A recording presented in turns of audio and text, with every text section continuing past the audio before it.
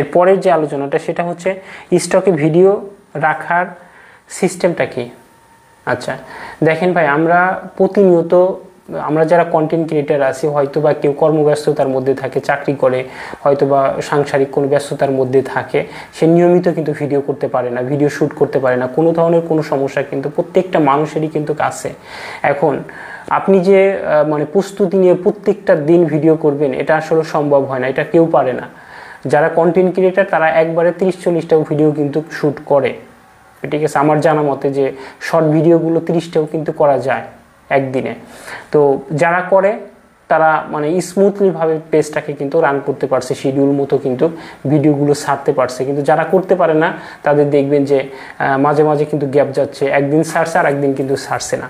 এখন এই সারার সিস্টেমটা কি বা স্টকে ভিডিও রাখার সিস্টেমটা কি? আপনি যেদিন ফ্রি থাকেন, আপনি যদি কর্মব্যস্ততার মধ্যে থাকেন, সেটা হোক আপনার জবের ধারা বা আপনি সাংসারিক কোনো কাজ করছেন সেটার দ্বারা, যদি আপনি কর্মব্যস্ততার মধ্যে থাকেন, আপনি একটা সময় বের করবেন যে আপনি কোন দিন ফ্রি থাকেন।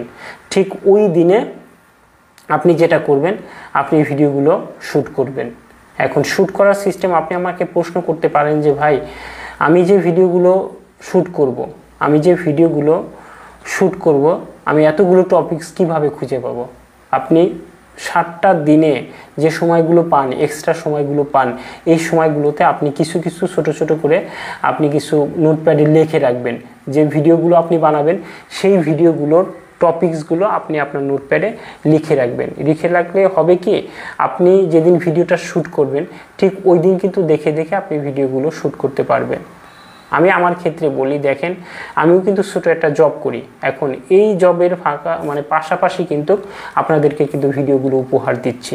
এখন কিভাবে দিচ্ছি, আমি প্রত্যেকটা সপ্তাহে শনিবারে একটু ফ্রি থাকি, আমি আমার টপিকসগুলো একটু নোটপ্যাডে লিখে রাখি।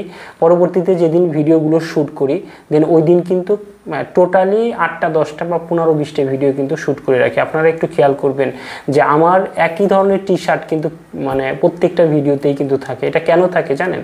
এটা এই জন্যই থাকে যে আমি যেদিন ভিডিওগুলো শ্যুট করতে যাই, বাইরে যাই, তখন ওই একটা টি শার্টই পরে কিন্তু আমি বাইরে যাই, আমি একই জায়গায় কিন্তু 15-20টা শ্যুট করে নিয়ে পরবর্তীতে চলে আসি। তো আপনাদের যে সিস্টেমটা আমি শিখিয়ে দিচ্ছি, যে আপনারা কর্মব্যস্ততার মধ্যে থাকেন, কেউ জব করে, কেউ সাংসারিক কাজ করে, কেউ মানে গৃহিণী, অনেকটা সময় কিন্তু তারা পায় না, ভিডিও শ্যুট করার জন্য পায় না। এই জন্য আপনি নিজে নিজেই রিয়েলাইজ করবেন যে আমি কোন দিনে আমি ফ্রি থাকি, ওই দিনটায় আপনি 8টা 10টা বা 15-20টা ভিডিও শ্যুট করে রাখবেন। আর শ্যুট করার সিস্টেমটা হচ্ছে আপনি একটু নোটপ্যাডে লিখে রাখবেন। লিখে রাখলে আপনি যেদিন ভিডিওটা শ্যুট করবেন ঠিক ওই দিন কিন্তু ভালোভাবে দেখে আপনি ভিডিওগুলো শ্যুট করতে পারবেন। এটাই হচ্ছে সিস্টেম। দেন আপনার যদি 15-20টা ভিডিও যদি আপনার স্টকে থাকে, তাহলে আপনি স্মুথলিভাবে টাইম টেবল মেনটেন করে আপনি ভিডিওগুলো কিন্তু ছাড়তে পারবেন। এতে আপনার কোনো ধরনের কোনো হ্যাসাল কিন্তু পোহাতে হবে না। আর যদি আপনার স্টকে ভিডিও না থাকে, তাহলে আপনার যেটা প্রবলেম হবে যে আপনি টাইম মেনটেন করে ভিডিও ছাড়তে পারছেন না, একদিন গ্যাপ দিয়ে ভিডিও ছাড়তে হচ্ছে। কারণ কি জানেন? কারণ হচ্ছে সবাই কিন্তু কতটা ফ্রি না, আমরা সবাই কিন্তু ব্যস্ত, কম বেশি সবাই কিন্তু ব্যস্ত।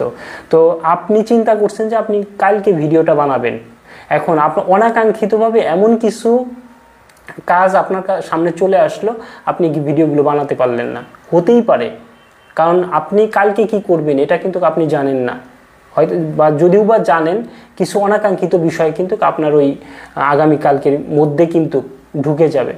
তখন দেখবেন যে আপনি ফ্রি হচ্ছেন না, অন্য কাজে ব্যস্ত হয়ে গেছেন, তখন আপনি ভিডিও কিন্তু শ্যুট করতে পারবেন না। এই জন্য আপনাদেরকে বলছি যে আপনারা, আমি যে সিস্টেমটা আপনাদেরকে শিখিয়ে দিলাম, এই সিস্টেমে আপনারা ভিডিও বানাবেন, দেখবেন আপনারা অনেক ভিডিও কিন্তু একদিনে বানাতে পারছেন। যাই হোক, এই ছিল আপনার স্টকে ভিডিও রাখার বিষয় নিয়ে আলোচনা। আচ্ছা।